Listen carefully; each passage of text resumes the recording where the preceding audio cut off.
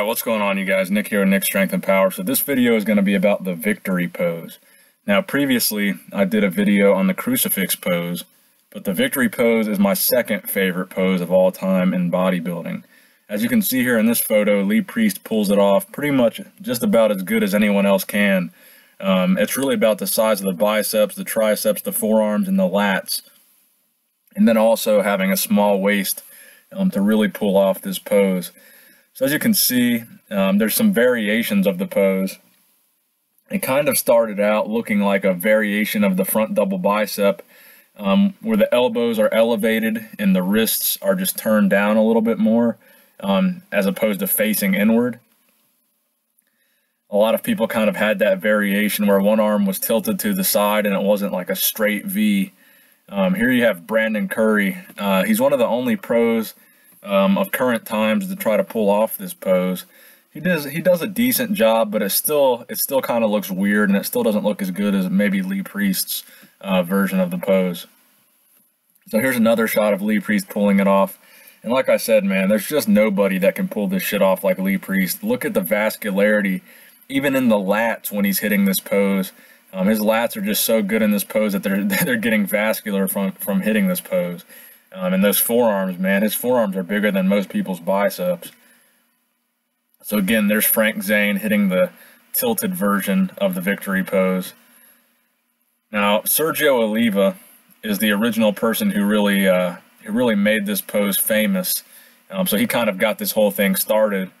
He was the first one that really had a crazy victory pose. As you can see with those crazy lats, with that tiny waist, it makes a crazy V shape when he pulls off that pose. So he does a really good job of that. Here's another picture of Zane hitting the tilted victory pose.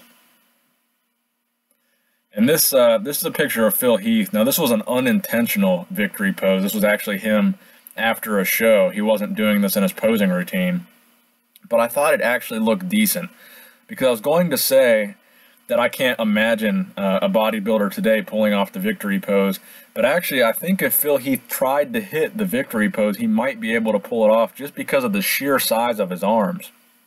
His arms were definitely as good as, if not better, than Lee Priest's arms. The only issue is his midsection, which might take away from the aesthetics of pulling off the victory pose, but I think if he tried to hit it, he actually could hit it. So give the video a thumbs up if you want to see a current pro like Phil Heath go ahead and try to hit this classic pose in their posing routine, because I really don't see any reason why not. It's not like a vacuum pose or anything that's kind of impossible for some of these guys to pull off.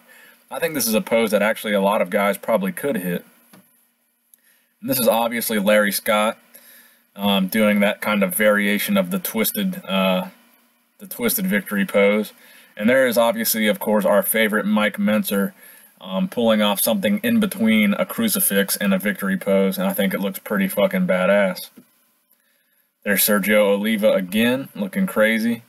And Lee Priest yet again pulling it off like nobody else can. I mean, this is Lee Priest pose, if you ask me. If it comes down to Lee Priest versus Sergio Oliva, I will take Lee Priest's victory pose all day, every day.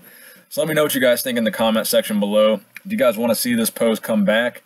Do you think anybody could pull it off? And who do you think had the best victory pose of all time, Lee Priest or Sergio Oliva?